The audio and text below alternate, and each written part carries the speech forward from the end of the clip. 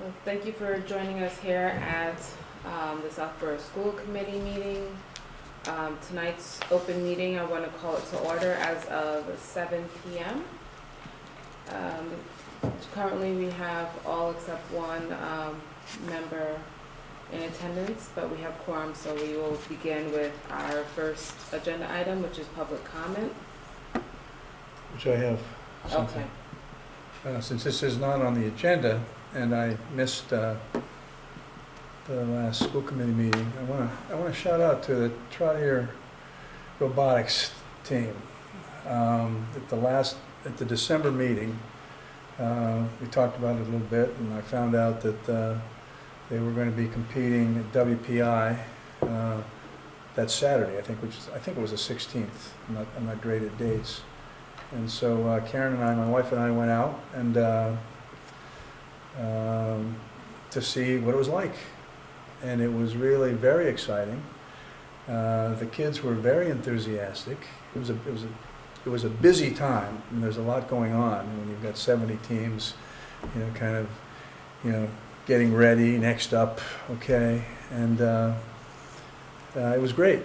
So I would recommend that folks have a chance to do this at some point in time, that they do, because it's really different than anything I'd seen, and it was just the enthusiasm in the kids, I think, was a thing that struck me. I don't know how they do that. I just have no idea, how they do that. But it was a lot of fun, and so again, shout out to them. That's awesome. Thanks for sharing that. I think there was actually a photo as well that came along with that. I included it in the MCAS presentation. There was a photo of you with the robotics team. Well, I guess they put up with that, huh? That was the one where I did not position my hat correctly. I had a lot of regrets about not positioning that hat correctly. No, that's. You look good. I think I did see that. Any other public comments? All right, seeing as there are none, we will go into new business. We have the principal's report, which will be represented by Clayton, Principal Ryan from Finsel. Okay, Clayton, you are up on the big screen. All right, well, thank you, everyone, for giving me this opportunity to meet with you virtually. Updates for Finn. At Finn, we've been commemorating Black History Month by highlighting books that honor remarkable achievements and contributions of Black individuals to our history. Students learned about civil rights pioneers like Dr. Martin Luther King and Rosa Parks, to pivotal milestones such as the election of the first Black president, and other remarkable figures such as Garrett Morgan Sr., who invented the 3-position traffic light to significantly enhance street safety, as well as Gian Bluford, the first African-American astronaut who traveled into space aboard Space Shuttle Challenger. Students also celebrated the rich literacy heritage of Black authors, and one particular inspiring figure that has been highlighted is Belen Woodard, author of More Than Peach, whose initiative at the age of 7 years old advocated for inclusivity with crayon colors for skin tones. That really captivated our students. They learned that Belen is now CEO and founder of More Than Peach. And after learning about her impact with activism, our students gained a newfound appreciation for the power of individual action and are not looking at crayons and colors the same way again. On February 2nd, we celebrated our 100th day of school. Students arrived at school in 100-day attire, engaged in all sorts of 100-day activities, such as sorting and counting 100 items, walking throughout the school, counting 100 steps, writing and listing 100 words that they could spell, measuring 100 items, and discussing and writing what they thought it would be like to be 100 years old. I did have a couple of students ask me what it's like to be 100. Other than that, it was a very fun day. At Woodward, last week, librarians across the district hosted nearly 100 community members at the first annual NS Reads Community Celebration. This event, which took place at Algonquin on Wednesday evening, was focused on celebrating readers in our community and modeling our students' healthy reading habits. Attendees engaged in a number of fun activities, including a photo booth, stuffed animal scavenger hunt, bingo for books, bookmark making, library love letters, and guest readers. A highlight of the night was a book raffle. Woodward would like to give a special thank you to their amazing SOS and the Northborough PTO groups who sponsored the event. Last week, also at Woodward, they were fortunate enough to have members of the Southborough Fire Department speak to their third graders about home safety. Students learned about smoke detectors, what to do in the case of a fire, and the importance of planning an escape route from their home. They learned about the special equipment, some of the special tools used by firefighters. Students had a lot of questions for Lieutenant Brittany, firefighter Megan, and firefighter Zach, and are looking forward to their next visit where they discuss what is an emergency and how to properly dial 911. At NERI, the month of January was very busy for the NERI students. They participated in a full-week ST Math Winter Challenge titled The Winter Waddle. It encouraged students to complete 60 puzzles each week and earn their name on a snowflake, which was proudly displayed in their cafeteria. Students did an exceptional job and rose to the challenge of creating a winter wonderland with the snowflakes. To celebrate their progress, Gigi the Penguin visited their whole school meeting. They were proud of their continued efforts in reaching these new milestones. And they are presenting in ST Math. And thank you to NERI's math curriculum leader, Kelly Schwappenhauser, for leading this challenge. Also at NERI, in connection to their second step curriculum, buddy classrooms, which are 4th and 5th grade teams in 2 classrooms, work together in creating posters in response to whole school social and emotional lessons. The poster themes focus on kindness, empathy, and leadership. They'll be hanging the posters on the walls throughout the preschool to remind everyone of the importance of working together to spread kindness, demonstrate caring, and always supporting each other. And at Trotter, Gary would like to take a moment to celebrate the outstanding success of a recent drama production titled Honk Jr. The energy, talent, and dedication displayed by the Trotter students, cast, and advisors was truly amazing and made this production wonderful.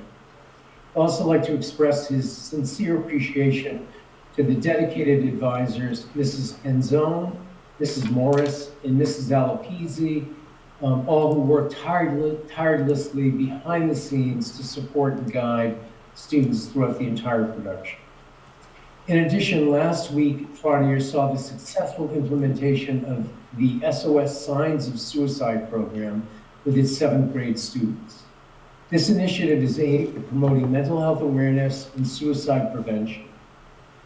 The program is designed to educate students about the warning signs of depression, suicide, as well as to empower them with the knowledge and skills to seek help and support for themselves and their peers when needed. Through a series of interactive presentations, discussions, and activities, the Trotter counseling team provided 7th grade students with invaluable information and resources to support their mental well-being. Thanks to the dedication and the hard work of the Trotter counseling team and their health teachers. In addition, Gary expresses his gratitude to Trotter 7th grade students for their active participation and thoughtful engagement throughout this program. And that is the principal update. Any questions? Any questions? Just have a comment. Yeah. Thank you, Clayton. The Edisboro Library event last week, I think, was amazing. I couldn't believe how many kids were there. And I think it was wonderful on so many levels. I think it was great that all the librarians worked collaboratively to put the event on. I think throughout the year it's encouraged kids to read more because they have some incentives to do that. And I think the themes have been really productive. But I think the main piece that was great was the high school kids working with the younger kids. It was so nice to see that. And at least for my kids, they were like, we're going to go to school here. And just to be in a beautiful library like that, it's so much bigger than their elementary school library. So I thought it was a great event. So I appreciate all the librarians from both districts that worked to put that on.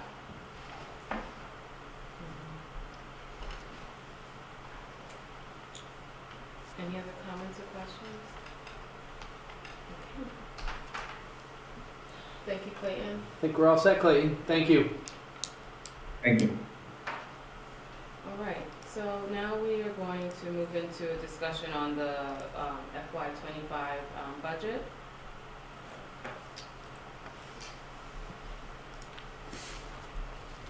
So this evening, I'm pleased to present to the school committee the recommended budget for FY25. This has been a 6-month journey getting to this point, so a lot of hard work from the finance department, the leadership team, and educators in creating this budget that I'll be presenting this evening. I know this is a presentation that you've heard several times, but I always talk about that it is a vision and mission-driven budget, that it's not centered around money, but what are we trying to accomplish with our students? What tools and resources do we want to provide our educators, and what will greatly impact the experience students have in the classroom? Again, the budget process began in August, and it is always a journey each year. And it is hard to believe that it is February, and typically at this point we are at a place where we're presenting the recommended budget. We're also meeting with select board and advisory to answer any questions they may have in preparation for the March town meeting. The budget process really centers around priorities, budget priorities that the school committee sets each year. Those typically are aligned to the strategic plan, and these are very helpful items as we think about what we want to include, what we want to prioritize in the budget season. And I won't read through these, but these were very helpful as we thought about FY25 budget. Fiscal year 2025 budget impacts. So we are seeing several impacts to the overall budget. Supplies and material costs, although prices have moderated, inflation has reduced, we are still seeing some increased costs from pre-pandemic, so that is something that's impacting our budget. Textbooks and instructional software, I'll combine those two, really how curriculum materials are being licensed is having an overall impact on our curriculum budget. Instead of purchasing a set of textbooks and using those textbooks for 5 or 6 or 7 years, it's now on a subscription model where each year we're required to pay that annual subscription. So it is having a financial impact. Special education transportation has been a significant impact to the overall FY25 budget. We are seeing significant rate increases for special education transportation. And also what can be volatile in the budget is the special education out-of-district tuition. So that is a driver in this budget. And then lastly, ESSER phase out. So we received approximately $166,000 in ESSER funding. We're required to expend that by the end of fiscal year 24. We did our best to try not to create a structural deficit, but we did expend funds from ESSER that we need to move on back onto the operational budget. And these are the expenses that we are moving back on to the operational budget, where we use ESSER 3 funding in FY24. And I'll just point out that the ELA coordinator, that was Southborough's portion of the ELA coordinator. So that is 30% of the coordinator's salary. In terms of where we are and where we started, from the initial budget request to the superintendent's recommended budget, the budget has gone through a number of iterations. Many conversations around what we want to accomplish, what our priorities are, and what I presented at the last school committee meeting was the revised preliminary budget, which was a 5.18% increase. The leadership team and principals spent more time thinking about the budget and thinking if there are any additions or reductions we thought would be important to present in the recommended budget. So we did do some fine tuning, but did not impact the overall budget increase. So I think it's also important to note that in the budget process, many positions were requested, but are not included in this budget. So what you see here in this table are positions that were requested, and of the requested positions, of the 6.0 positions requested, only one position is included in the FY25 recommended budget, and that is a world language teacher to continue the world language at the elementary level at Woodward next year.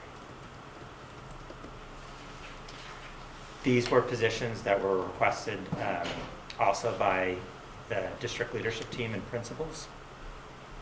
And again, in addition to, these are 4.16 positions, and of those 4.16 positions, the .2 adaptive physical education teacher is in the budget, and currently we have a 1.0 adaptive PE teacher across all 10 schools. So that position is shared with the regional district in Northborough and Southborough. It's currently a .8 position. So we are proposing to make it a 1.0 position. The .06 is Southborough's portion of the .20.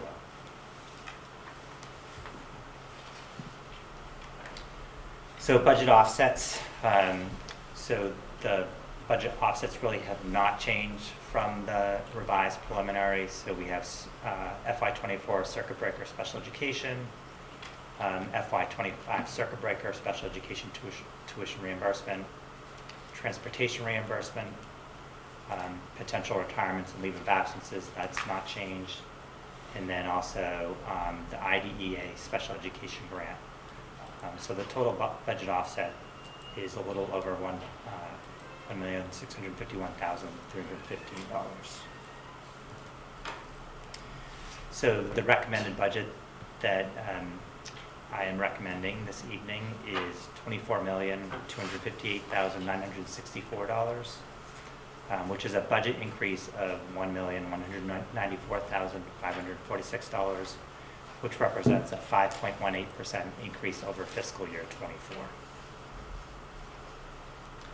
So what is included in the recommended budget are instructional materials. So again, a lot of the licenses that we now have for our curriculum materials are on an annual basis.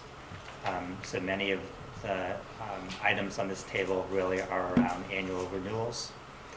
With the exception of middle school ELA curriculum, this budget does support new ELA curriculum at the middle school level.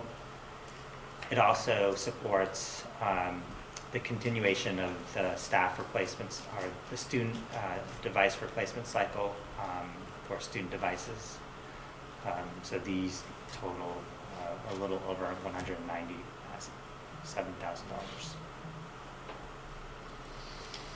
Also included in the budget is the world language teacher position to continue the implementing the 3-year plan for the world language at the elementary level. It also includes funding for a human resource information system. We have 850 employees. This will make us much more efficient in the way we onboard, share information with employees. And this is Southborough's portion of the HRIS. And this is a shared resource between the region and Northborough. And then the .06 adaptive PE teacher. So this budget does include reductions. So we have a reduction of 2.4 FTEs. The revised preliminary budget that was presented included 4.4? 5. So we did a lot of work internally thinking about how to best use our resources and minimize the impact of reducing the number of FTEs.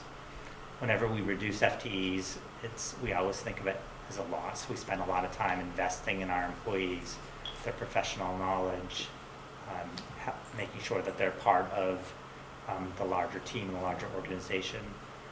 So anytime we have to reduce it is not a great position to be in. But we feel we're minimizing the reduction as much as we can. But the 2.4 FTEs are a reduction compared to FY24. Also an impact is we are utilizing some FY25 circuit breaker funds that may impact FY26 special education budget. And we did a look forward in terms of special education tuition out of district, and we feel comfortable with this recommendation at this point in time. But special education, as you are aware, can be volatile depending on a student who moves in our district or a placement that is required that we did not anticipate. And then the last two, using special education grant for transportation to reduce the impact of the special education transportation increase that we're seeing. And then lastly, this is predicated on the best enrollment data that we have now. I think we've been fairly accurate with our enrollment projections. However, there have been years where we've seen an increase in enrollment that has required us to add a teacher in August. In particular, it usually centers around kindergarten. That is usually the most volatile or unknown enrollment number. We shared this chart with the school committee throughout the process, and it just shows historically what the budget requests have been. And we did do a comparison to inflation. So the FY25 budget increase is a larger increase than we've asked for over the past 5 to 7 years. If you subtract some of the budget drivers that we're seeing, so out of district tuition increase, transportation increase, and moving funds back to operational, those three in total represent 2.58% of the 5.18% increase that we're requesting.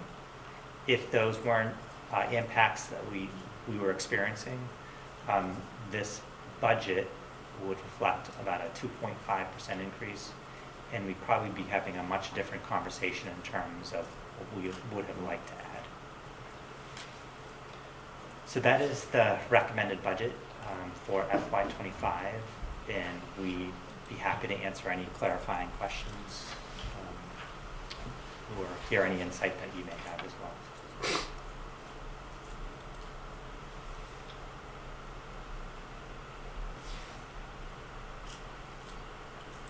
Comments, questions?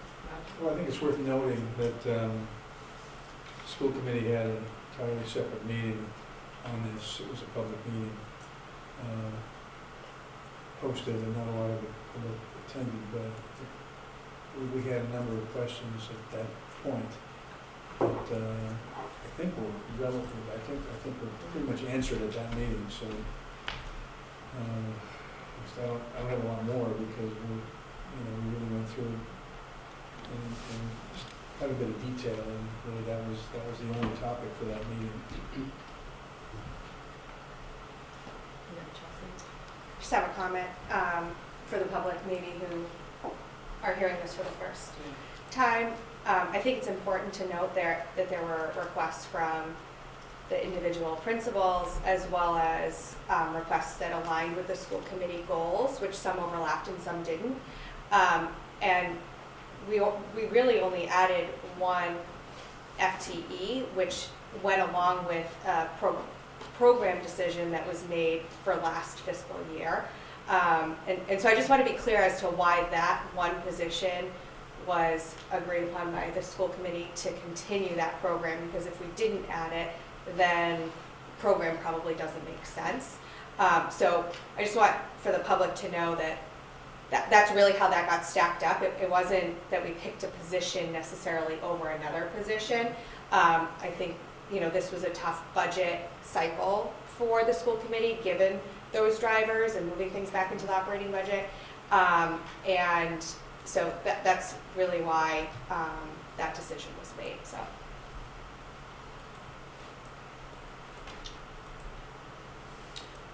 Go ahead, Bob. So the graph that graphs inflation compared to budget increases, I looked at this a little bit, and it's I think it's important to realize that when you have those years of high inflation, they don't necessarily affect the budget in that particular year or the subsequent year. So that's why you can see that even though the inflation rate is down, the effect of having inflation in those years, is really one of the things that kind of drives expenses now. And the grant funding plays into that. I mean, if you look Good at point. FY 21, Good point. 22, 23, 24, that's really when we had COVID funds. And I think too, if you look at the in FY20, the 2.03%, the 2% in FY21, it starts to, you're creating kind of a structural money you would have had if the economic conditions were different, that you would build the next year's budget. So it is a bit of a cascading impact, inflation, low budget increases. But I'll just also share that we are very fortunate in the town of Southborough that there's been a strong commitment to education, that we do have a lot of resources. We are a well-resourced district. I think this budget is a level services budget with some incremental growth and word language.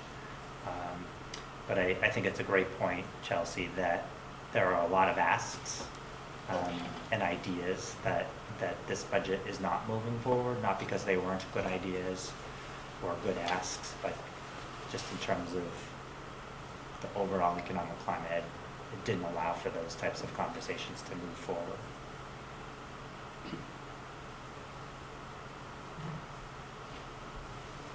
I have a question on the reduction of 2.4 FTE. I think in the last special meeting you did elaborate on how the programs are not going to be impacted by doing some of the other things. I just want to suggest that you add that to that slide, because you talk about in the impact, you talk about the reduction of FTE and some other budget impact. But in terms of the programs or the work that schools are doing, they're still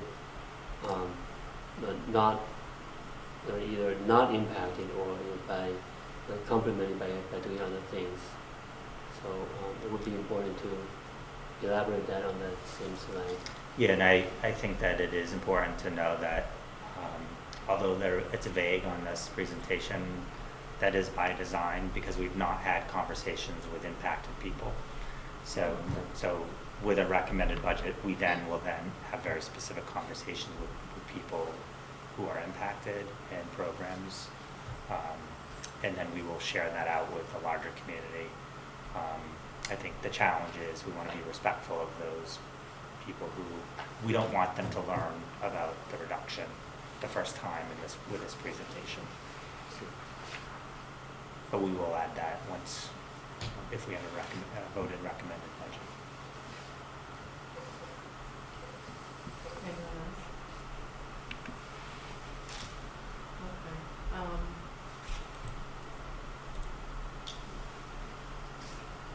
I think, we've exhausted any input that we want to share. A lot of that is repetitive, what we've done previously.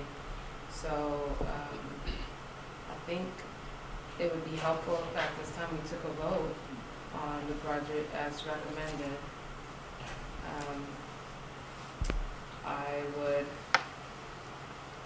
accept a motion to approve the recommended FY25 budget, which states a 5.18% increase. Could we add two numbers, the fact that the budget is $24,258,964, which that 5.18% increase represents the dollar increase of $1,194,546. Okay. So let me continue restating. I would accept, Roger, would you like to make a motion? Well, I think I was almost piggybacking Yeah. So I think on- you on could say the Kamara chair so that- moved. the chair's motion, so Yeah. so I'll leave that motion All right. as a motion. All right. It's so moved by Roger Second? and second by Chelsea. I'll take a roll call vote. Z, Yes. Jen, Yes. Chelsea, Yes. Roger, Yes. Kamala, yes. So we approve that recommended budget increase, and we'll take that to the town for discussion. Tomorrow night, in fact. Next on the agenda, we're going to discuss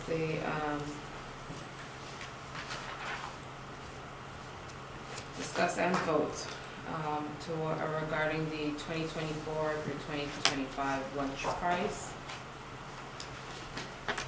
And I'll turn it over to Keith. Yeah, so included in your packet is a memo from me indicating why a price increase is needed. I just want to be clear that this does not impact the free lunch program that we've had in place for this fiscal year. It's been great to see participation continuing to rise, but the increase is due to a compliance issue that we have with the reimbursement rates that are available. So we were well below the reimbursement rates, and we are playing a little bit of a catch-up game to get back to that point. So including that memo, probably the most important paragraph is the one right under the table, which says that the minimum required paid lunch price for the second meal is the difference between the free reimbursement and the paid reimbursement, which totals $3.85. And for adult meals, it's an addition problem, which takes that reimbursement rate and then adds 36.5 cents to get it close to the $4.70, which is recommended. So this, just to be crystal clear, what we offer in the schools is for students that do get their first free meal, they do have the opportunity to purchase a second meal, but that comes at a price. That is not a free meal that's given. Also, adult meals are for a paid fee throughout, and they do not get free meals. It's also worth noting that adult meals have tax on it as well that we collect and pay forward. So the recommendation is in bold, which would be an increase from $3.25 to $3.85 for the student second meal price, and the adult increase from $4.10 to $4.70, which would take effect April 1st, 2024. Keith, I have a question. Sure. You said just to ensure that we were in compliance, did we receive some sort of letter or notification? Right when school started, it was embedded in one of those letters that we get that are like 4 pages long. So with that, there was a formula calculation that was provided at that time. When the reimbursement rates come out, which is usually at the end of August, is where this regulation was specified. So a lot of districts are in the process now of going through the process of getting in compliance with those reimbursement rates. Anybody else? Jen?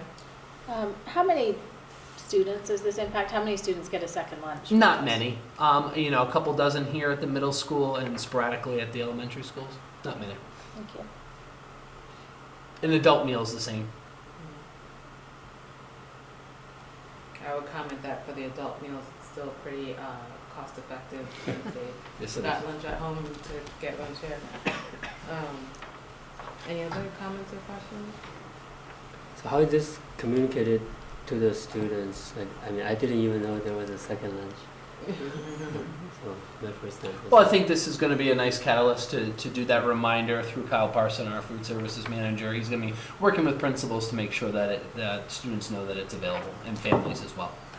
And remind people that in order to get a second meal, they have to have a positive balance in their My School Bucks account in order to participate. And I think, Z, that it's, so you get, you go up to the line and you get the meal of your, of your choosing. And then if you said in addition, you wanted, I don't know, the other milk and the other, protein that was being offered, right? Yep. Then you would have to say, okay, I'm going to use my school bucks for that. That's correct. Okay.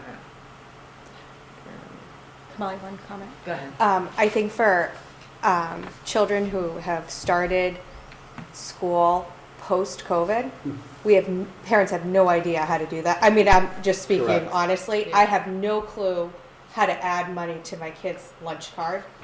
Yep. I think we need to do some education because we've never had to do that. I think once we're obviously all 3 committees are participating in this, we're doing this hopefully across the board. Once that occurs, I can imagine we'll be sending out an update for families. Yeah. Okay. And it is available on the website. Oh, okay. I'm delinquent in that then. No, not at all. You're not alone. I get inquiries probably, I would say once or twice a month. Just say, how do I do this? And we point them in the right direction, and Kyle will be very helpful. Okay. We're spoiled with that. But we are. It's it's become how we've been operating for the last couple of years, so it's not unusual to hear that question. Okay. Mm-hmm. Good point, Chelsea. All right, so thanks for that, Keith. No more questions. I would accept a motion that we approve the increase for second meal price for students from $3.25 to $3.85, and also increase the adult meal price from $4.10 to $4.70 to take effect as of Monday, April 1st, 2024. So moved. Second. So moved by Chelsea, seconded by Roger. A roll call vote, Z. Yes. Jen? Yes. Chelsea? Yes. Roger? Yes. And Kamala, yes. Thank you.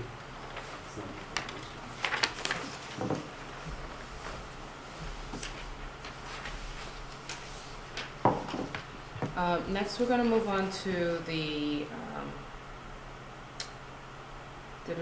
so the superintendent, Greg, you're going to submit the Massachusetts School Building Authority a statement of interest from Chartier for the Chartier Middle School roof. If you want us to vote on that. Correct. So the Mass School Building Authority has 2 programs, the core building program, which we're partnering right now to go through the NERI building committee process, and the accelerated repair program, which was paused last year, and they restarted that program this past winter, and they fund the partial completion of roofs and windows. They're not doing heating systems, so we, I'll let Keith share kind of their thinking behind the SOI. Yeah, so this is not something, we have done an SOI for the Trotter roof in the past. This is a document that we refreshed in order to submit to the MSBA. One of the additional pieces of this particular SOI is the readiness after the roof is replaced for a solar array with that potential. So we're hoping that we've done the due diligence to get it in line properly. So once the roof is replaced, we would be able to move forward with a solar project, which would be considered separate. So as Greg mentioned, the statement of interest in the draft is included and does have that readiness language included. It requires a vote of the school committee as well as the select board to move forward, and then signatures from the representative bodies. So with your support, we'd love to move forward and submit that for authorization of the superintendent to submit the SOI. I have a question, Pete. Sure. So, was it 2 years ago we submitted a SOI? That's right. Okay, and that did not pass? It did not. Okay, and so the adjustments in language that you made, do you think that it gets us further across the line, or it's really just a waiting game because we're in comparison with so many other schools in there? The latter's probably more true. I think we did do that diligence on the solar piece to certainly make it an attractive application. Whether or not that does us any good is going to be interesting. I think it's going to have a large amount to do on the number of submissions that the state receives, especially with the program being on a hiatus for that year. I don't know how that's going to impact the number. I do know the year before was not many were welcomed into the program, and many were denied, including the Trotter roof. And so when I read through the preparation for today's meeting, I didn't see any pictures. But did you include any pictures? Or? What happens is that Garland, which is our roofing consultant, was able to update the reports. So when the submission happens, that's an attachment that I will put in there. Okay. Any other questions? Comments? So I do have a question. Yeah. So I know you're looking for a vote to authorize the superintendent to submit this. Does the motion need to be any more than just Vote to authorize. vote to authorize? Yes, Does it need to refer to anything? In the back of the SOI, there's a motion that needs to be read. Mm-hmm. Got it. So Okay. I'll just also, it does state this in the motion, but it's also important to note that the submission of an SOI to MSBA there's no commitment from MSBA, no commitment from the district. It just allows the district, if invited in, to have the potential to move forward. And there's a lot of milestones along the way where the district and the town could say, oh, we don't, this is not the right time for this project. Yeah, Chelsea. Do you know if being in another MSBA program would impact our ability to get into this one? It should not. It is a Okay. separate program. Okay. And I think there's enough separation there where we should be considered. Also, I think what really weighs into this is the age of the roof. And as these roofs become older and older, that seems to be where they draw that line. They don't necessarily say, yes, every roof over the age of blank will be accepted. There's other criteria, but they usually do try to kind of a line of demarcation, so to say. So what will happen is everyone will submit their SOIs. They'll calculate the average age of roof, and then they'll set a baseline. Any Yep. roof that's newer than 35 years, you're out. Okay. And they'll rule out our SOI. So that's a moving target, and we Right. won't know that number until all the submissions are in, and then they usually will give us that age of roof That's right. that they'll be considering. Okay. That's why we were ruled out the last time. Mhm. We didn't meet the minimum age of roof Mm-hmm. for the submission. Based on the pool that was submitted at Correct. a particular period of time. Yes. Yes. questions? It's an interesting process. All right, I'm gonna make a motion.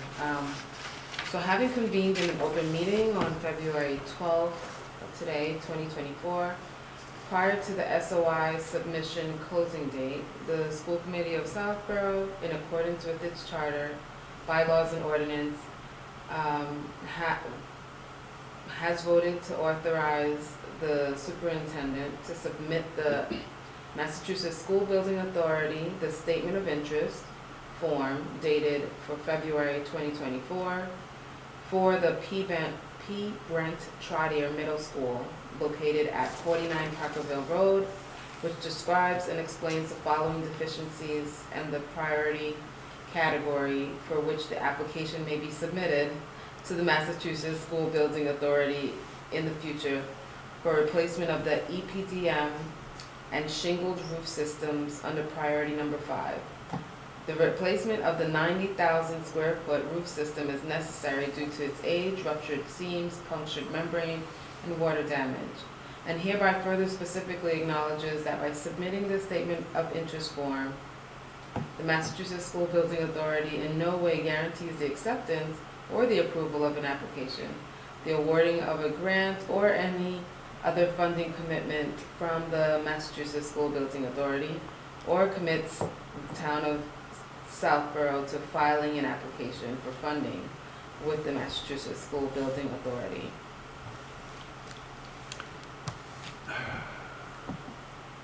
Can I have a second? Second. Okay. Moved by Kamali, seconded by Chelsea. Jen. Jen. Yeah. Any discussion? Yes, Roger? yes. Yes. So this is a motion that says we have voted to authorize? Just, Yes. Mhm. it's Yeah. just, it's a unique way for a motion to read, but. Correct. if So that's- part of the submission will include this language and the date that Okay. it's voted, so Okay. we're not responsible for writing the motion. I will take a roll call vote. Z, Yes. all right, Jen, Yes. Chelsea, Yes. Roger, Yes. Kamali, yes. The group of lawyers that wrote this statement, I see the hard work that they put in there. Okay, next on the agenda, we're going to have a discussion around the Southborough Extended Day Program. There's a rate recommendation, and we'll take a vote on that.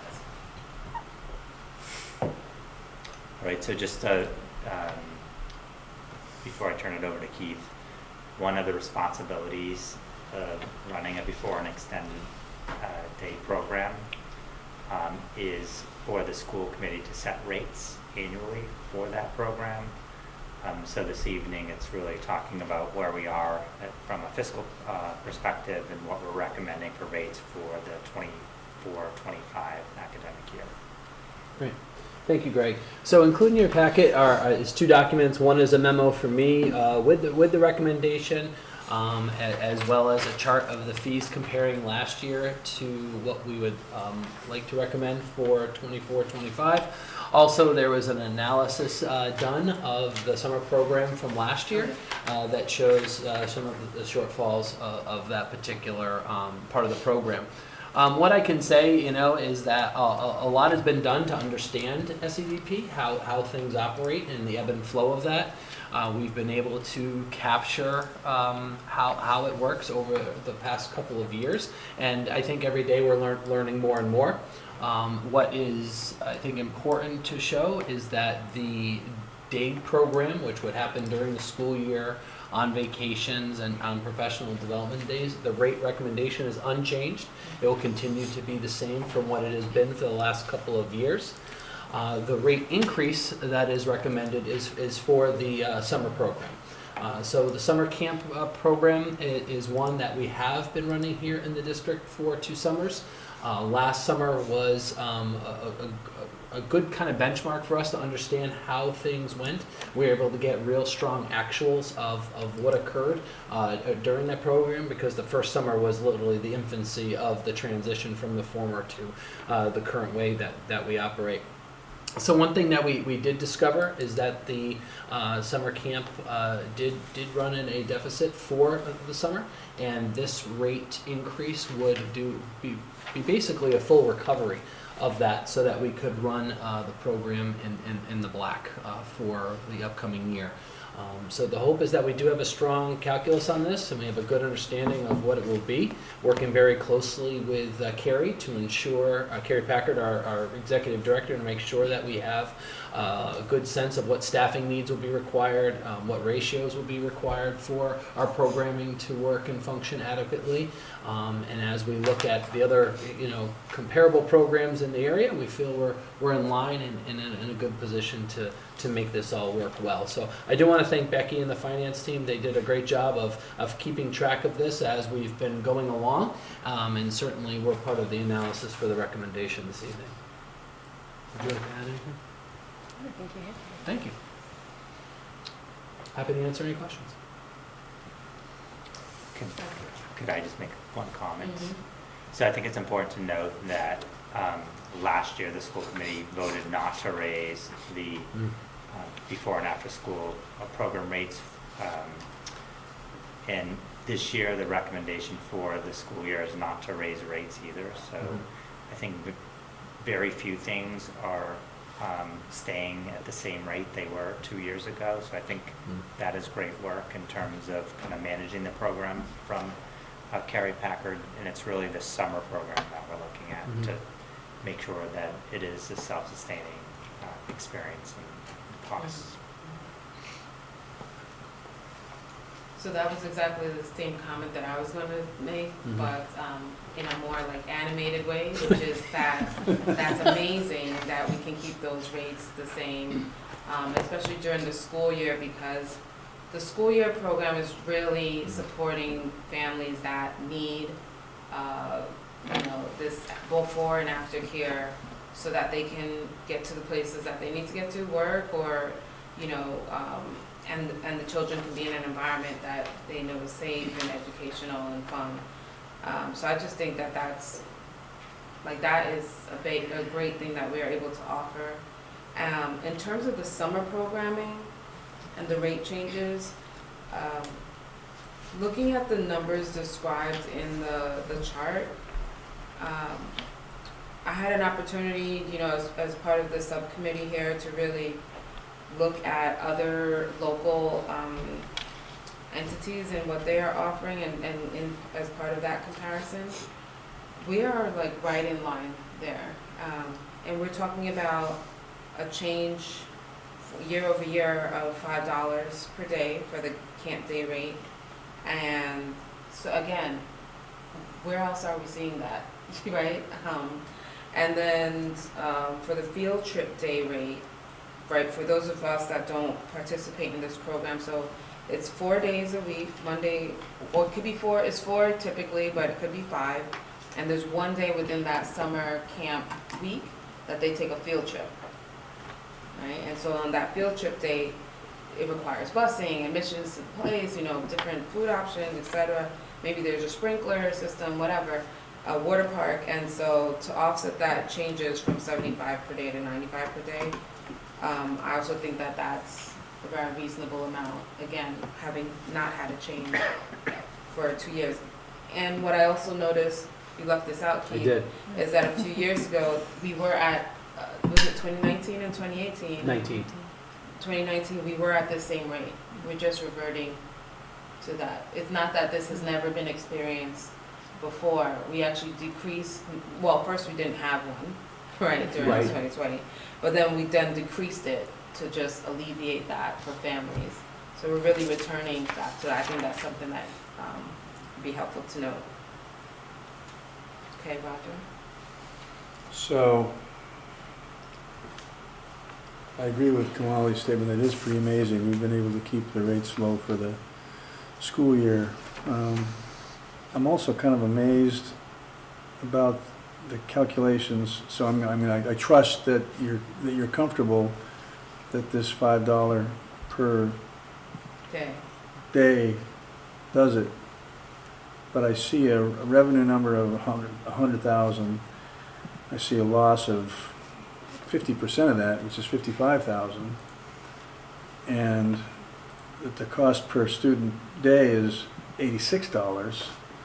So how are you doing this? I mean, Well, one factor that gets to the 8 to 6, and Becky reminded me this today, is that also includes the field trip, which is why the $95 dollars a day, which was the number from 2019, is necessary to get us to where we need to be in the black. And So I think feel- the other things that we're looking at too are not just like bringing in more revenue, it's also looking at our expenses. And so Well, I that's noticed you part of said the that. conversation that we're having with Carrie right now. okay, so that obviously that looking at the expenses is key then, because even the field trip number, which is what is it? It's It was about 75 to 95, so that's say 20-something%, maybe 25%. Field trips only have a $7,500 cost, so that's still. Yeah, one other thing on the field trips is that they staff those differently because they are going to maybe a water park or to a museum where their ratios are lower than what they have on their normal day camp. So the salary, which is embedded up above, it's not broken out for the field trips, but the salaries would be higher on those days as well. And last year, the former SEDP also gifted some admissions as well. So we don't know, though we estimated for the upcoming year, but we don't really have those hard costs from last year because they were gifted to us, so. Okay. Thank you. Go ahead, Chelsea. On the before and after school tuitions, is the $46 for one day really one day, or is it one day a week for that month? 1 day a week for that month. Okay, so I think we need to clarify that in this chart, because then below, we're talking about per day. That's right. So I looked at it, and I looked at it again, and I was like, okay, it can't just be for one day. That is the way that the people are used to seeing it. Yeah. That's why I kept it. So I but think in the- that can be clarified. I think in the agree. title, just put I agree. monthly before school tuition rates or something I like agree. that. Okay, and then can you pick on the summer, do you pick which days? Yeah. Like by week, you pick which day you want, so like I could pick like Monday, Tuesday this week, and then like Wednesday, Thursday next week? Yes. It's really, So these are some of the, I think, nuances and differences that set this program apart. That one, you can register by day, yeah, and you can shuffle them week to week. So if you know that week one you want Monday, Tuesday, but then on week two you want Wednesday, Thursday, you can make those changes. that's great, okay. So, and that's, as anyone that uses the camp services knows, That doesn't you exist. can't It really doesn't do that. exist.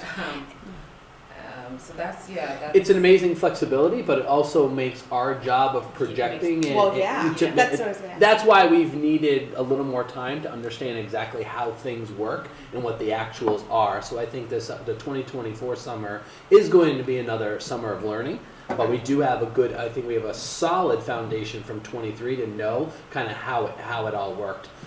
So that's why, we're in the position we're in. And do you ever have wait lists for any days, or, Depending on the day, yes. okay, Depending on the day, and typically for the field trips, there is always a wait list. okay, great. Roger. Well, it's not just a challenge to project it, but it's got to be a challenge to manage it too. It is. So that's impressive. Any other questions? I'll just say that by us kind of reviewing this tonight and coming to an agreement and putting forward a vote, this will allow them to now actually put forward the offering, because it's not actually That's right. marketed yet to the community. So I'm glad that we can do this now in February, and shortly after, Carrie, the program director, can introduce what's being offered for the summer. All right. I will accept You just a, have to vote it. yeah. You get the motion and on, you just don't, you just gonna have to, just need to vote it. Oh, we already made a motion? And second. Okay. One, I don't remember.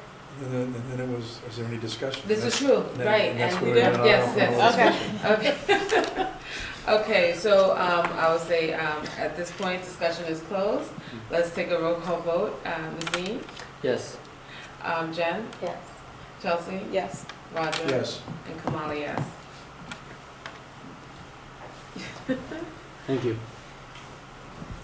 All right, a big topic, again, well, all of our topics are big, but let's talk about the Neary Building Committee update.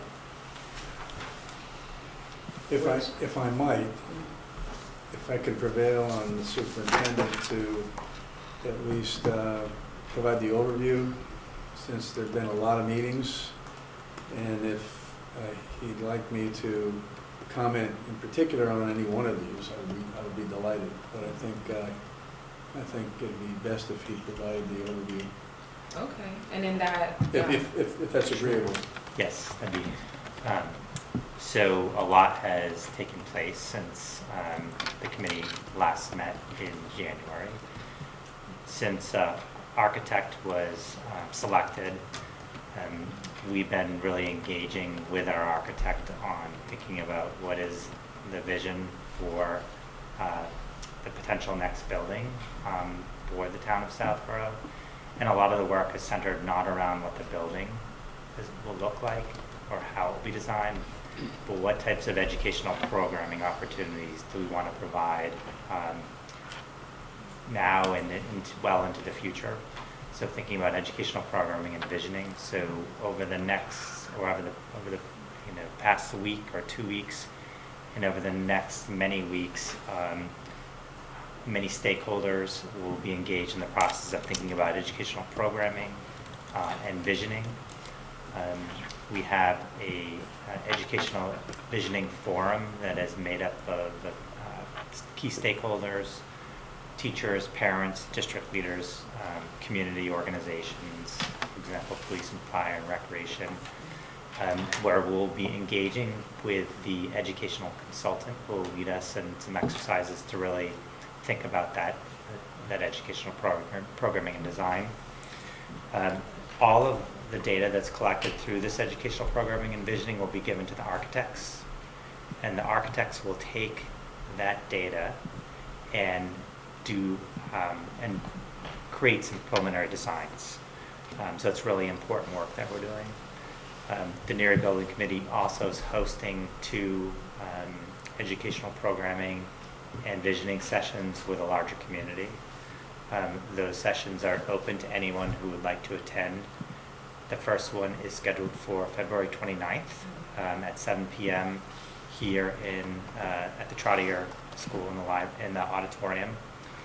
And a second educational forum opportunity will be March 11th, again at 7 p.m.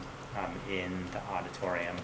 And again, that's an opportunity for community members to share their ideas, thinking about their vision, educational programming, and all. Again, that data will be collected and given to the architects for some preliminary design work. So I think we have a lot of work ahead of us, and I think there'll be more frequent meetings with the Neary Building Committee, and things will be moving forward, which is very exciting. Were those invitations to those forums, I think that you used one call? Like, if there was a electronic invitation that everyone in the town received? Is that? So there was a communication that that was shared around where we are and what we're trying to accomplish, and the dates, February 29th and March 11th, so that went out. The visioning forum that is led by the consultant, MLP, we sought community input and stakeholders to participate in that, and that's more of a closed session. Okay. Our goal was to have representation from all various stakeholder groups, but it's not an open invite. It's more of a contained event. Okay. Roger, did you have I'm just going to add that, as I mentioned, there've been a number of meetings, and actually some of the meetings, were actually field trips to other schools, schools that they're relatively new. For example, one is in its first year since it opened, and those were really very very helpful. Not only to see what can be done, all right, but the folks at the schools were, I think, very open about how they felt they were successful in the process, and things that they would do a little differently, and they were very happy to share those with us. So I think we're really getting the benefit, of a lot of other efforts that have gone into, and I don't just mean the building, if you will, not as the superintendent mentioned. It's really kind of about the experience that we want students and the staff to have, in a new school.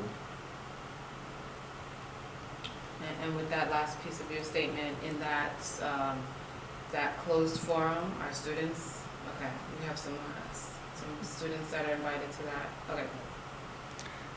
So we are endeavoring to have as many conversations with as many stakeholders to make sure that, again, everyone has a chance to provide input and feedback. So we are visiting each of our schools and spending a day meeting with stakeholders in that building, including students. So last week we met with Woodward faculty and staff. We also met with Woodward students. So we engage students in the conversation. We'll do that at each school visit as part of the process. Some very interesting ideas. Yeah, no, I wouldn't be surprised if something from one of those sessions lands in the final. So I think that's great. Are you doing, like, remember when you were doing the portrait of a graduate, and you kind of just plastered different characteristics up there? And if I guess we just listen to the students and just, without filtering them, just plaster those up there, you might see something get repeated and kind of hone in on that.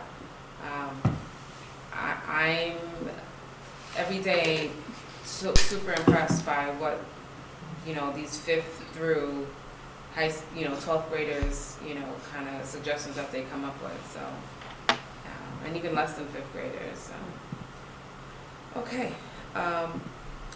So thank you. Anyone else have any questions about the new building committee update or things that you want to see happen there? No one else is online, right, remotely? So we can go into the superintendent's report, first around enrollments. Sure. So in your packet is the enrollments as of January 29th, 2024. And you'll note that we did include the number of sections that we are anticipating in FY25. And this change from the last enrollment projection report, and you'll notice that we are, kindergarten remains at 6 sections from the last report, and first grade was at 6, and we're increasing that to 7 at this point in time. And I'd be happy to answer any questions about the enrollment report. In the increase to 7, what does that get our classroom student-to-teacher ratio to? Sure. So when we had 6 sections of first grade, we were at a little over 18. So adding another section, we're at about 15 to 16 in terms of class size at the first grade level.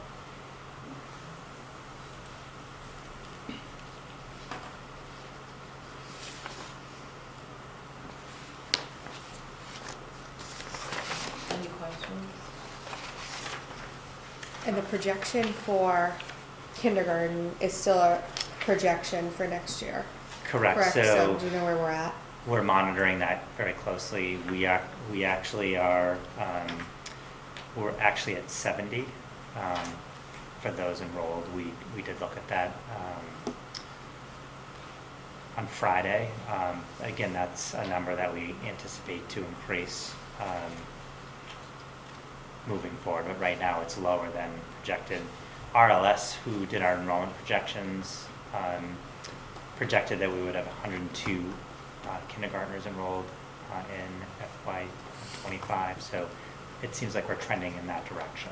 Do you know what the other enrollment projection was from the other, was it Yeah, NESDEC was 130, Yeah. Wow, so okay, it was a big discrepancy. okay. Yeah. That always can be a surprise. Yeah, but I think that Okay. until it's August 28th and we're ready to open up school, it's something we monitor all summer long. It is something that can change. So also in your packet is the FY24 monthly general fund expenditure report, the ESSER funding and revolving accounts, and I will turn that over to Becky. So over the past month, we've really reviewed the Southborough FY24 budget. We've looked at our encumbrances and we've made some updates based on what we've seen year to date. So you will notice that our bottom line is a little bit more favorable than it was last month. We have $199,164 on the bottom line, which is 0.86% of the FY24 budget. So that is an increase of just about $138,000 from December. Another thing that I thought was very interesting is last year at this time, we had $199,889, which is a $725 difference from where we are this year. So we're trending very close to where we were in January of 2023. Some of the biggest changes that we did make are in our salary line items, where we did move portions of staff salaries onto some of the programs that they support. And then we also looked at our special education transportation line item, and we do think that our projections for this year are trending lower than what we had encumbered at the beginning of the year. So we have made an adjustment there. But we really are looking at this budget on a regular basis. We are continuing to watch it, but I do feel that we are in a good place at this point in time. And I welcome any comments on or questions on the budget. Go ahead, Chelsea. And just to be clear, that this includes the fin mold mitigation Yes. number in there as a paid expense. Exactly. And And we have the encumbrance too. okay, Yes. and we have other items that still need to be completed, and are those included in here? When you say the other items for the fin mold or? So we have the power washing of Oh. the building and Yes. sealing portion of the building. And then we have the perimeter drain potential expense, air conditioning, which is part of the capital project. So those two items are not included, not encumbered in this budget. So what you just listed is not in here? Correct. The drainage Yeah, and the sealing and power washing of the building. okay. So, are we, I assume we're wanting to do that in this fiscal year. So can you kind of describe, and this is obviously my first budget cycle on this side, can you describe what would need to happen in order to be able to do those activities in this fiscal year? If you're able to answer that question. Sure. So we have a few avenues that we've discussed. First of all, we do have the $75,000 that's encumbered for any mold mitigation. So there is a portion of those projects. And then we have also reached out to the town, and I believe that there is a warrant article that has been presented, and that is for the expenses that we have already encumbered using FY24 funds. So that would, in essence, free up some of the funds that we've already expended to use towards those type of activities. And then the air conditioning is a capital project, so that will come out of the town's free cash and not off of our budget.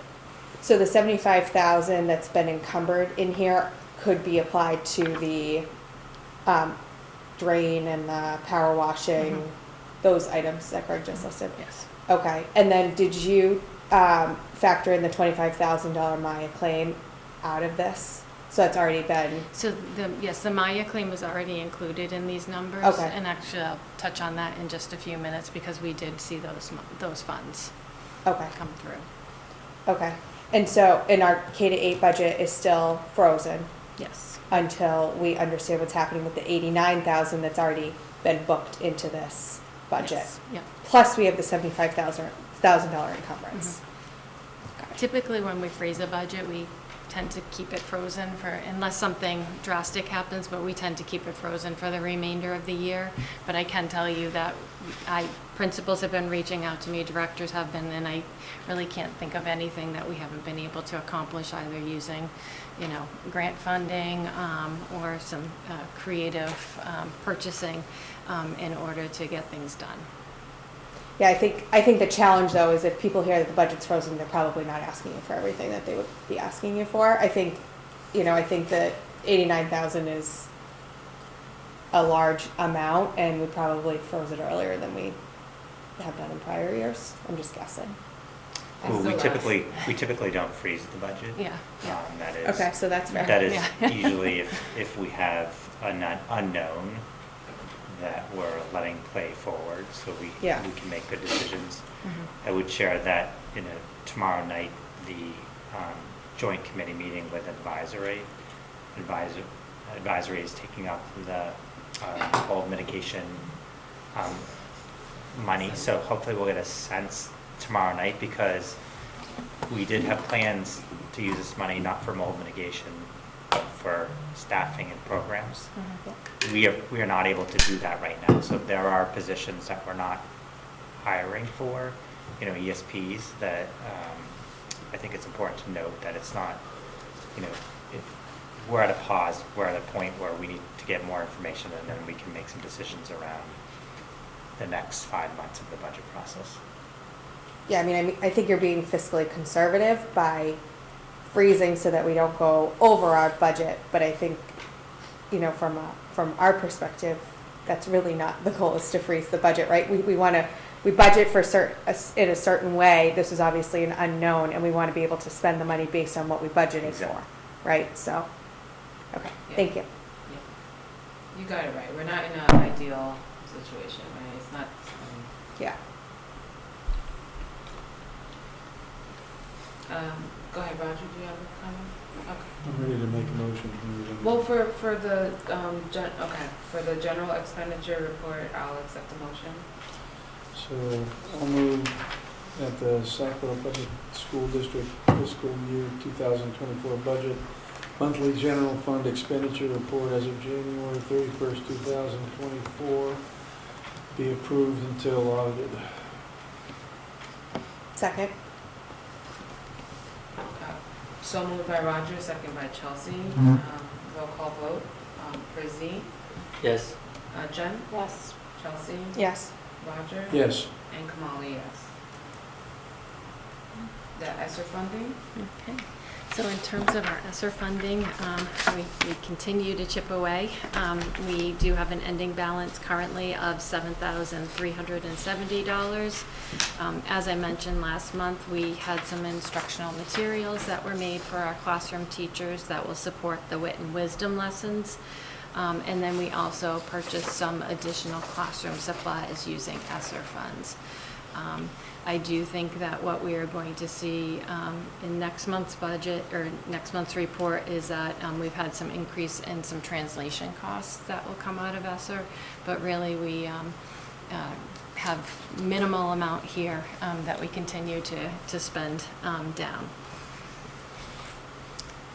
In terms of our revolving account, first of all, I just want to point out that there is a typo on that report, and the ending balance should be January 31st of 2024, not 2023. I guess I was still stuck in that year. So over the past month, we did receive the reimbursement for the fin mold mitigation claim, and those funds right now are sitting in the facility rental revolving account. We're working with the town to create a more appropriate account, but right now that's where those funds are sitting.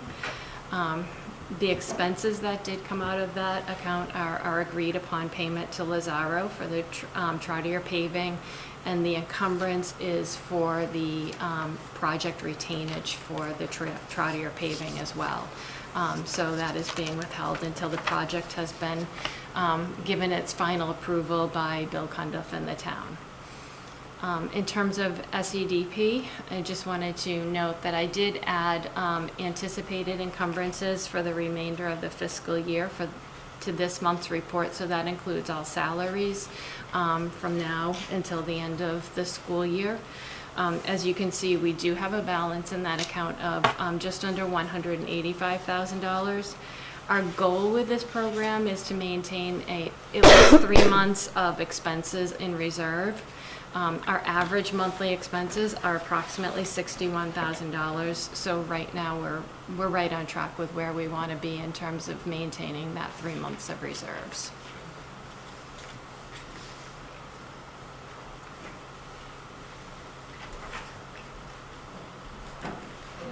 Yeah, go ahead. So, how is that revolving account set up? And I may be kind of putting you on the spot a little bit, Becky, but what expenses are allowed to be paid out of that? Out of the Extended day, the sorry. extended day. Mhm. So we pay the salaries. We have also paid for any of their expenses. We have also, over the past year, looked at some of the salaries that are in central office that support the programming. So, for example, we have a financial coordinator who's processing all of the AP warrants and the payroll. You know, Keith and his team do a lot to support that team, so we've taken portions of those salaries, and that's supported through the SEDP. And we've also looked at custodial support as well. Okay. Thank you.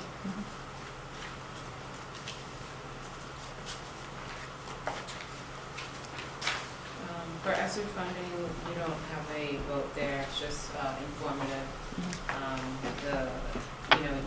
You alluded to having the right type of funds where we can have monies, and so that leads us to the approval of the warrant articles, where we want to establish stabilization funds. Sure. So in your packet is a summary of some of the warrant articles.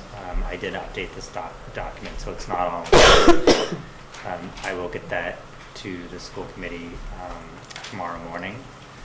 But there are several warrant articles we're moving forward. The first, in terms of the pre-K through 8 district, Southborough Special Education Stabilization Fund. So districts are able to create special education stabilization funds to meet the needs of extraordinary expenses or unforeseen expenses. If you look at our special education out of district tuition over the past 10 years, you'll see that it has increased by 10%. We're responsible for meeting the needs of students.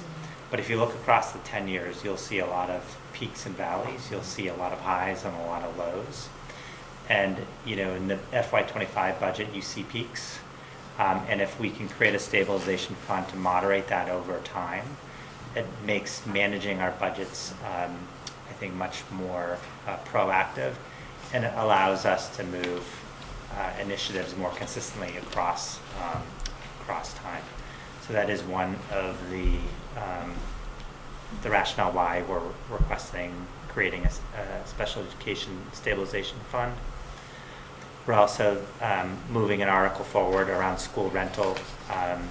So we do receive rent from central office. So the town of Northborough pays rent, the region pays rent for central office. And basically the article would allow the income generated or the rent generated to be spent on school building maintenance and repairs, not just at Neri, but also at our 3 other schools, Finn, Woodward, and Trotter. So it's just cleaning up language to make it more accurate and more reflective of what we do. The mold mitigation is the next article. So in the event that advisory does not approve using the town reserve fund, there is an article that we're recommending that basically asks the town voters to appropriate the amount, the $87,970.01 for mold mitigation. So again, it's another vehicle for us to put the money back into the budget so we can expend it in the way that it was intended. That's not here, right? No. And then the next is, Keith had mentioned solar. So we have a plan to consider adding solar to Trotter. And part of the solar arrangement would be that we'd have to lease portions of Trotter to the solar provider. So this article allows us to lease the roof at Trotter for solar. And it also allows the district to enter in partnership with the town in a power purchasing agreement. So it just sets the parameters for us to move forward with a solar project on the rooftop at Trotter. And those are the warrant articles that we've provided to the town, and we think it's important to have a symbolic vote from the committee around moving these forward. I have a question, and then Roger. For running school rental article, maintenance and repairs, have you submitted an article for all of the districts or just Southborough? Just Southborough. So this is the income that is generated by Southborough through the renting of its facilities. Mm-hmm. So again, one example of rental income is that the town of North, we rent out central office space at Neri, and the town of Northwood pays its portion of the space, and the region as well pays its portion of the space at Neri, and that is income, that is rental fees that the town of Southborough receives. And there's no other version of that happening in Northborough, and okay. So that's the article, just focus on Southborough. It's the one of many benefits of having central office at Neri. Yes. Plus we get to like bump into you. Yes. Yeah, there you go. All right, Roger.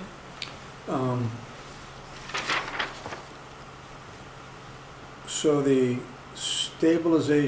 special ed stabilization fund article is here to vote on tonight, Yeah, so this, correct? correct. And the school rental is here to vote on tonight, also correct? Correct. So the article for the mold mitigation, which we don't have, which And I could- you said you're gonna send it tomorrow? Yeah, and I could project if, Did you, well, I'm trying to understand, We could actually, he can show us these two, all 5 of them today, so you. and we can verbally just vote to approve them as written. I guess the question really is, are there any objections to submitting these warrant articles? So if the advisory committee approves tomorrow night the mold mitigation funding, there would be no need to have an article. Correct. Now, we posted a meeting for tomorrow night. Mhm. So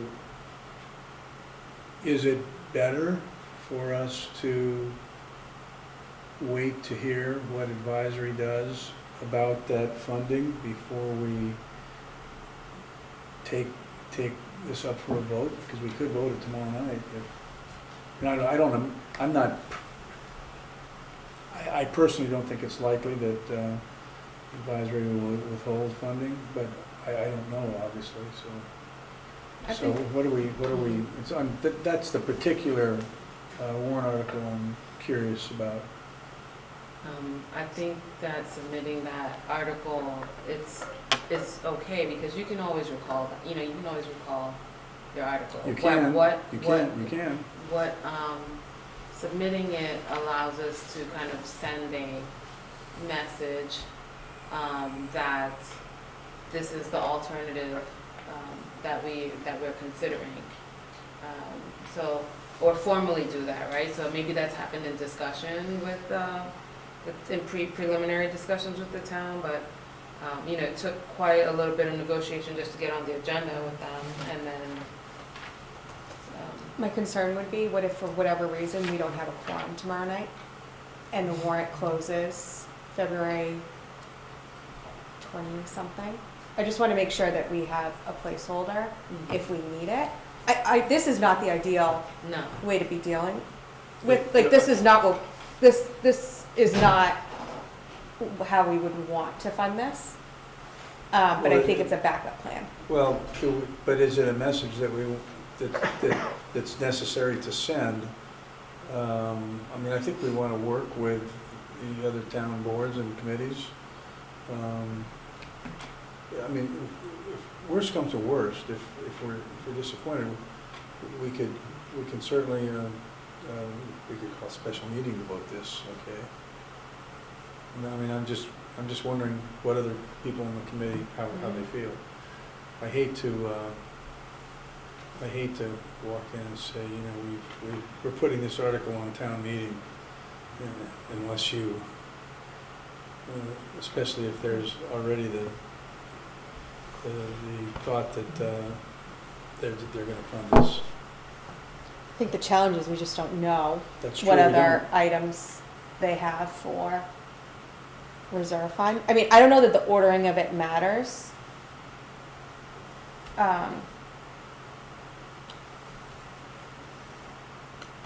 When it's introduced, right, when, like, at the actual forum itself, there's an opportunity to discuss the articles, right, during the meeting, Yes. right? So you can preface it with that, or actually, because of this timing, I think that's the other thing, is like the timing of, like, we're working between, today's the 12th, the 13th, and, like, there's 3 close dates, so that's kind of put us in this little situation that we're in, but I'm like- sorry, when did you say the warrant closes?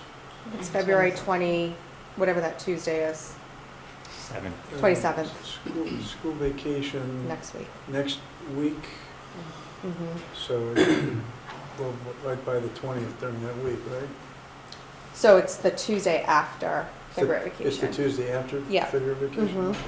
So Roger, where I was going with that, like, if you present it with, so one, if we get to the point where, okay, there has been an approval tomorrow, and then, the next meeting, the article is, they're like, okay, they're going through each of the articles one by one, they say, oh, we have one here for mold mitigation, we could stand and say, we'd like to recall that based on the decision that was made on the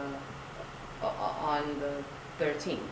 And, Or you could even do that tomorrow. or you could do it on the 13th. I think too, because the school committee is submitting an article doesn't mean it's going to make the warrant. Like there's still a chance of who approves the articles to be on.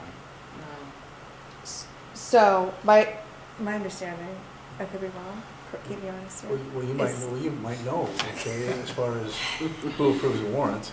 Well, Right? Generally. Been there, done that? The select board opens the warrant and closes the warrant, but my understanding is elected boards can put in sponsor their own warrant articles, and while the warrant is open, then that's available to those Yeah, elected boards. it can't be prevented. No. It comes in from an elected board. I get your point. I do. I think if we have the ability to vote it tomorrow night, depending on how the conversation goes, I just don't want to get into a situation where we have a hard time getting it with school vacation happening in the middle there. That's what my concern is. Well, And maybe this will be a non-issue.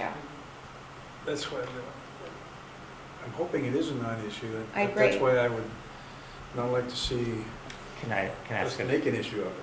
how many members of plan on attending tomorrow evening? And it is a Zoom meeting? No, it's an optional. You can go on Zoom. It's primarily an in-person, but there is a Right. Zoom option. Well, it sounds like people will be there. Yeah. And the Zoom option is, yeah, okay, so. all right. So if you plan on attending via Zoom, I think, No, but if anyone is, just let me know so I can let the town know. It'll be just hard to get to the meeting tomorrow. Right. In the So Zoom. Z, you'll be, No, Zoom. I mean, I still plan to come in person. So it sounds like we're gonna easily have a quorum. Yeah. And that's fine, because we looked at, We may have, yeah, we may not necessarily be unanimous in how, we'd like to handle this either. What was the other article? I'm sorry. Yeah. school rental, mold mitigation, the solar. Oh, solar, I'm sorry. yes. Solar. So it's a lease and power purchasing agreement article. So- And it's basically, I can read it. So that's really, is that really two articles?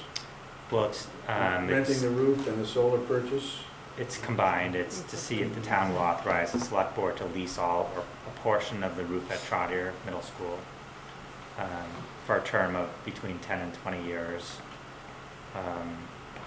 Again, for solar energy. And then to engage in a power purchasing agreement with a provider to be determined at a future date. Well, we probably need to see the language if you're gonna vote it tonight. Did you read it as? So I written? can, Okay. want to read it verbatim. To see if the town will authorize the select board to lease all or a portion of the roof of Trotter Middle School located at 49 Parkerville Road for a term of 10 to 20 years, upon such terms and conditions as are acceptable to the select board, to a solar energy provider to construct, maintain, and operate a solar facility on the property, and to enter into a power purchasing agreement with a solar energy provider, and further to authorize the select board to grant an easement to National Grid to install, maintain, and operate, repair, reinstall, or replace any utilities required for interconnection to the solar facility project. So I'd like to make a motion Yes, Roger. to approve that as read by the superintendent. Second the motion. All in favor? I'll say aye, oh, yeah, I'll take that, aye. Could you do the same for the mold mitigation? 'Cause Sure, that's not so, visible. to see if the town will vote to appropriate the sum of $87,970.01 for the use of the K-8 Southborough School Committee to pay for mitigation related to mold at Finn Elementary School. Said appropriation in the sum of $87,970.01 to be transferred from free cash.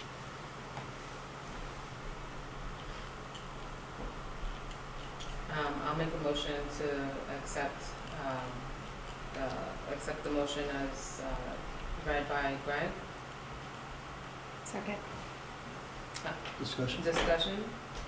So I have a question about, can we, these motions can be revoted, right? Yes. Okay. So we as a committee can obviously revote it. This isn't one of these. This is to just have a placeholder. And you can always pull it if needed. We So- can pull it, they can deny it, like, there's so many, Well, I'm asking for a specific reason. sure. You can pull it tomorrow, you can change your motion tomorrow night. Because we're all there and it's Mhm. already, And we you have a already posted submitted a, open meeting. Yeah, that's why I'm not in favor of this That's tonight, okay. but that's, because it could be revoted. so that's good discussion. I'll take a roll call vote. Kamala, yes. Roger? No. No. Chelsea? Yes. Jen? No. And Z? Yes. Okay. Now, I will make I'll accept a motion to approve the other three warrant articles written, one for the Regional Capital Stabilization Fund. We don't vote that, do we? The region? We don't vote the region. Okay. Yeah, we could do just the Southborough Special Education Stabilization Fund On the school. and the school rental as written.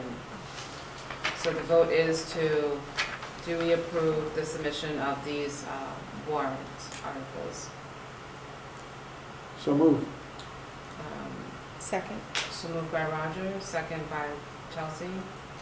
Can we just Discussion? talk about the special ed one? So this is just, sorry. No, go ahead. Okay. This is not funding, correct? I mean, That's what right. you're So I going to was, say? This yes, is- so we're I not just want to funding. make sure everybody, Okay, good, okay. good. So this is to set up the stabilization fund, but Yeah. we're not putting any money into it That's fine. this year. And this stabilization fund is different than a stabilization fund that we would have on the town side, where it would have to go to town meeting to vote 2/3 to release the funds.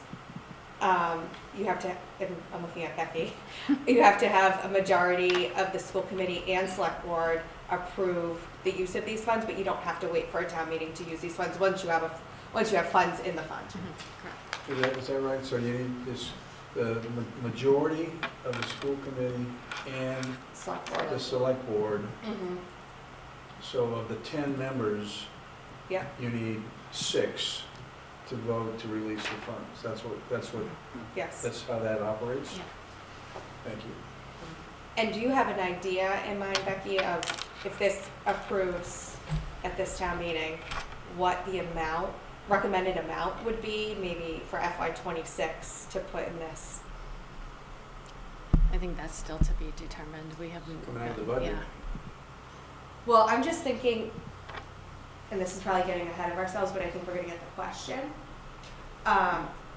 Over the last 10 years, what is the average amount of special ed with the ebbs and flows, right? So like, obviously we have special ed line items, and some years we go over budget, some years maybe we're at budget or a little bit under. What is the average? And then I think we need to establish what that average is and maybe have a little bit of inflation. And then for like FY '26, we look at what our special ed projections are, and then we, if we're not at our average number, that's the number that maybe we start with putting into the stabilization account. I mean, it's gonna take time for us to build this up, but I think the goal is that you would spend the same number between the stabilization amount that you put in or have to take out with the operating budget. So I don't think that you are actually using your operating budget, but I think that you're building the fund so that your sped number is consistent year over year. And that may be spending less in your operating budget and putting some into the stabilization account. Is that what, kind of like the lines that you were thinking of? Yeah, yeah, yep. Okay. I think too, if you think about the aggregate budget, you know, a $25 million budget, that I think it behooves us to make sure we manage every penny fiscally responsibly. So if at the end of a fiscal year and we've done our job well and we have $50,000, which is a lot of money, but a fraction, you know, less than 1% of our overall budget, right now we turn it back to the town. So this would be a vehicle or mechanism for it to go into a stabilization fund to begin to kind of generate those funds. So this can actually go into a stabilization, your excess at the end of the year doesn't have to go into free cash, it can go into a stabilization account. Well, it depends on whether we return it to the town. I mean, I- there's no obligation to return it to the town, but the school committee has a history of returning access to the town, which is a good It, thing. it does look as though we would have to budget for that in the, I think I in get our, budget. yeah. But if we budgeted $50,000 and at the end of the fiscal year we did not have it, we wouldn't, that'd be an expense we would forego.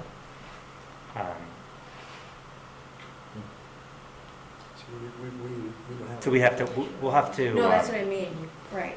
I just, I think what you're doing is like putting forward the, like metrics that they should use to calculate yes. what that, amount is to go into the stabilization fund, and so, you know, I wouldn't expect her to have that answer tomorrow if the question is asked, but to say, these are the things that we're gonna consider in that calculation, and, Yeah.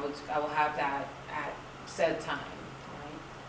Well, the interesting thing is that, we talked about the ebbs and flows, Yeah, and coming up with the average.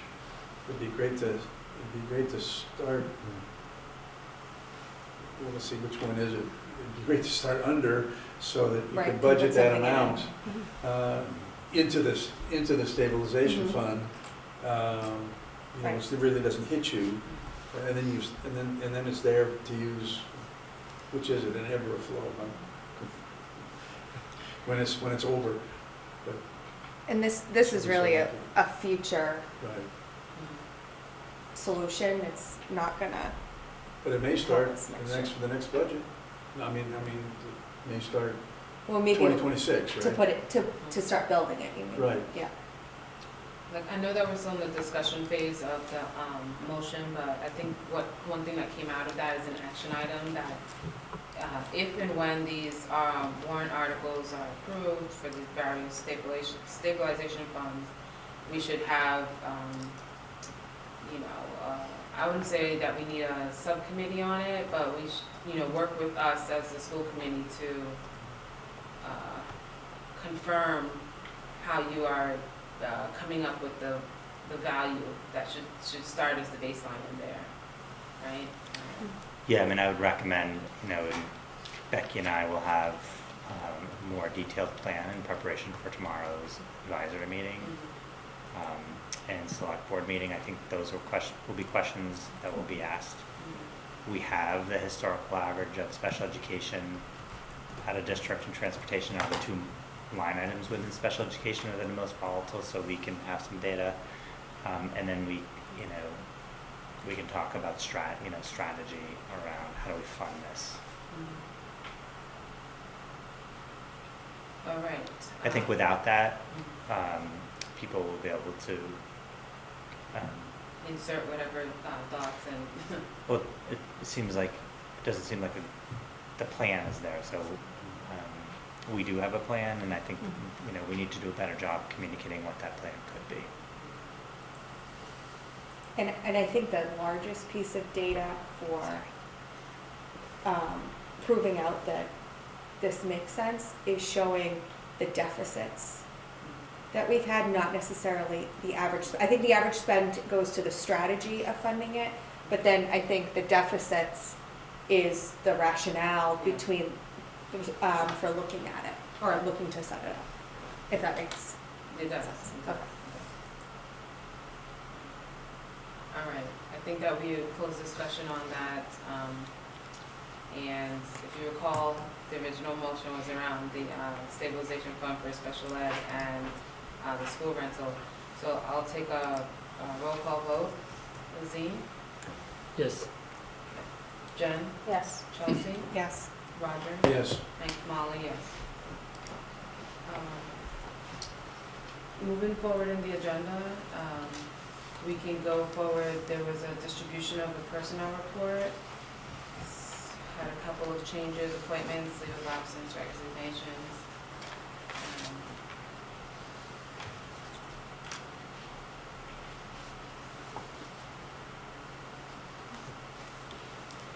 Be happy to answer any questions about.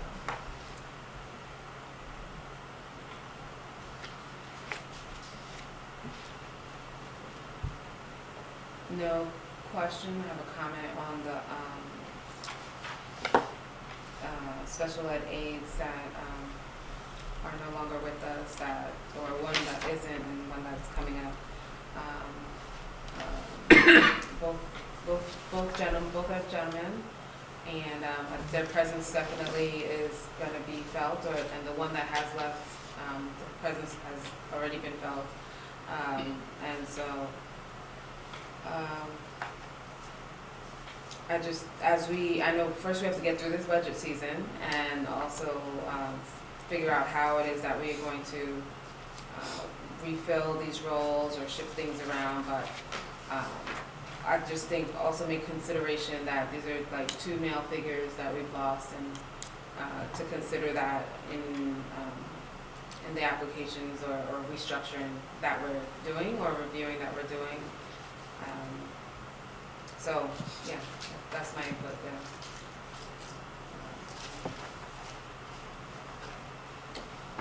The next item on the agenda is just around action on minutes.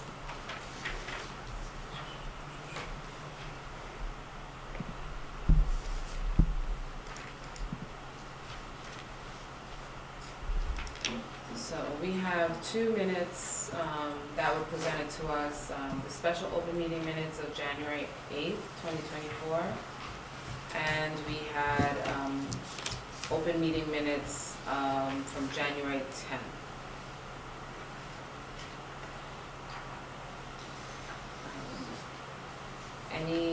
I don't see a note to vote, but I believe that we should vote on them.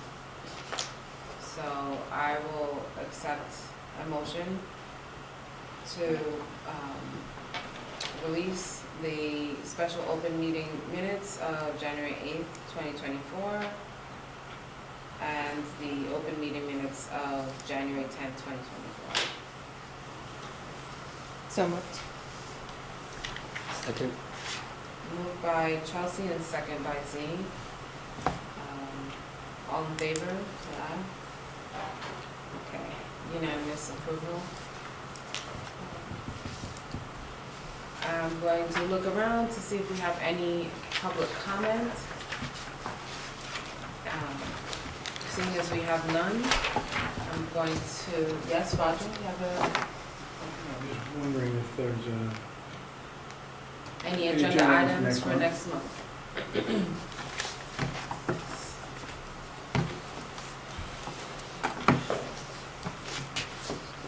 anything particular? So, sorry, were you gonna say something? Oh, I think our next meeting is prior to town meeting, right? So, Greg, I assume you speak to the articles, and if there's any discussion that we need to have on anything specific. So just prep for town meeting, I would say. We also, the plan was to have students present their Washington DC experience. So we'll work with Principal Hershuk to have that happen at the March meeting. And also, Kamali, you and I will look at the presentation cycle to see if what presentations are scheduled for next month. Can I ask, this is probably a combined meeting, right, agenda, right? So I just wanted to ask if we could get at some point potentially an update about the start time issue. And the reason I'm asking is that I've just gotten some feedback from parents lately about this is actually middle school, but that the amount of time that kids are getting to sleep in isn't as much as the actual, the issues with like buses picking up earlier. And so I'm wondering if we can at some point revisit that. I don't know if it would be more appropriate in a combined meeting than it would here, but the parents I have been speaking are middle school parents. Maybe combine, just to even hear the feedback or this group discussion around, the buses are not just for Southborough, right? So all the areas. But maybe we could connect and get a better understanding of some of the questions that people have around start time. That would help us frame and do some data collection. Yeah, that would be great. Public hearing on the budget. Public hearing on the budget. Anything else that you can think of for in advance? There were some things that I think we cut off from this, tonight's meeting, just to, improve the timing, so we can revisit those as well. But if you think of anything, just let me know. I have a question, so maybe not for the next meeting, but could be a potential future item. Triggered by some of the items, discussions today, I'm curious about the status of our school building energy conservation, energy efficiency. Like, how good are we on those? Like, is there any room to save energy consumption, like, turning down the heat when it's night, things like that? Or do we have a smart system to do that? I think we can. Mr. Very Leroy well. can. So we can do that.